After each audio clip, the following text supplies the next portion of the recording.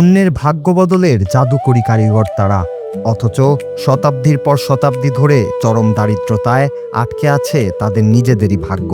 নারায়ণগঞ্জের রূপগঞ্জ উপজেলার 5টি গ্রামে ঢুকলেই কানে আসবে হাতুড়ির অবিরাম খটখট শব্দ, যেখানে ঘরে ঘরে তৈরি হয় ভাগ্য বদলের তাবিজ। বংশ পরম্পরায় দীর্ঘ 200 বছরের প্রাচীন এই ঐতিহ্যকে টিকিয়ে রাখতে দিনরাত লড়াই করছেন এখানকার প্রায় 500 পরিবার। যে তাবিজের বদলতে মানুষের ভাগ্য ফেরার গল্প শোনা যায় অহরহ, সেই তাবিজের কাঠামো নিপুণ হাতে তৈরি করেও দিন বদলাতে পারেনি এই হতভাগ্য কারিগররা। টানমশারি, চোরাবো, তেলিপাড়া, দক্ষিণবাগ ও ভিংরাবো, এই 5 গ্রামের নারী পুরুষ থেকে শুরু করে আগুনে পুড়িয়ে নিপুণ হাতে গড়ছেন লোহা, পিতল, রূপা কিংবা স্বর্ণের ছোট বড় তাবিজ। এই কারিগরদের তৈরি তাবিজের কদর কেবল ঢাকাসহ দেশের প্রত্যন্ত অঞ্চলেই সীমাবদ্ধ নেই, বরং ভারতের কামরূপ কামাখ্যা, পাকিস্তান, ইন্দোনেশিয়া, সৌদি আরব আর মিশরের মতো দেশেও দেদারসে রপ্তানি হচ্ছে এই তাবিজ, যা দেশের জন্য বয়ে আনছে মূল্যবান বৈদেশিক মুদ্রা। কিন্তু বিশ্ববাজারে কদর থাকলেও আধুনিক চিকিৎসা বিজ্ঞানের ছোঁয়ায় ঝাড়ফুঁকের ব্যবহার কমে যাওয়ায় এই ব্যবসায় নেমেছে চরম মন্দাভাব। এখন সংসারে হিমশিম খেয়ে যায়, চলে না। আগে লাভবান যা হইতো, অর্ধেক লাভ হইতো, সংসার কোনো মতো চলতো। এখন বর্তমানে অর্ধেক থাকে না, কম থাকে। 150-200 অনেক 1100 1150 টাকা কেজি এইভাবে আর এই কামার পোষাটা ওটা পোষানো কেলি সবকিছু মূল্য বেশি। 1200 টাকা কেজি পিতল, মাটি পাই না, শুকলা পাই না, মাটি বালুদা বইরা লাগে দেশ। সরকার যদি কোনো সুযোগ সুবিধা দিত আমগো ব্যবসার মধ্যে, তবে কিছু করেন তো বদলিরও যায় নামবো। এটা সাইডে তো ওরা পথের সাইডে তুমি কি করবো? আমরা লোহা কিনা টাকাতে নেই, পরে কাজ করি, লোহার টাকা লাগে, মাটির টাকা লাগে, কয়লার টাকা লাগে, আমাদের না চলে না। অনেক আগের ছেলে করতেছে আমার পূর্বপুরুষরা, কিন্তু আমার বাবা এরা করছে, আমরা করতেছি, দাদারা করছে, সবাই করতেছে, কিন্তু কাজের মধ্যে কোনো রোজগার নাই কোনো রকম, খালি ঠিক আছে কাজটা।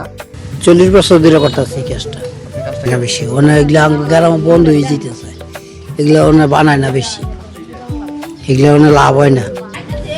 যদি নাই তো চলি কিনবে, যেমন ইনকাম হয় সেমনি খাই, সেমনি চলি। মাটিটা অনেক মানে বর্তমানে অনেক দামি, ঠিক আছে। এক মাটি আনলে পরে 6000 টাকার মতো লাগে, ঠিক আছে। এখন মাটিটা হচ্ছে আপনার আবার কুড়াও দাম বেড়ে গেছে, কুড়া হচ্ছে আপনার 1 বস্তা কুড়ার দাম পড়ে 800 টাকা। বাপ দাদা আমরা জন্মের পর থেকে এই কাজ দেখতেছি, তাই বাপ কাজ করতেছে, মানে এটা দেখতে দেখতে আমরা শিখছি, বর্তমানে চলতে আছে, কিন্তু মানে আগের থেকে অনেক কম চলে এটা। আগে তো প্রায় মানুষই করতো, পরে ঘরে ঘরে করতো এই কাজটা, কিন্তু মানে মালের দাম বাড়তি, অনেক অনেক বেশি এই কাজ করে না। একদিকে আধুনিকতার ছোঁয়া, অন্যদিকে কাঁচামালের আকাশচুম্বী দাম আর পুঁজির সংকট, সব মিলিয়ে এই প্রাচীন কুটির শিল্প আজ চরম হুমকির মুখে।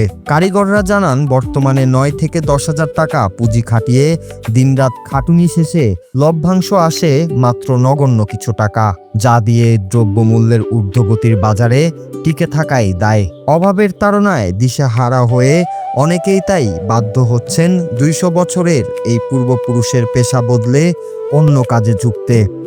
এই তাবিজপল্লীর শিল্পীদের এখন একটাই দাবি, ঐতিহ্যবাহী এই শিল্পকে বাঁচাতে প্রয়োজন সরকারি পৃষ্ঠপোষকতা ও সহজ শর্তে ঋণ।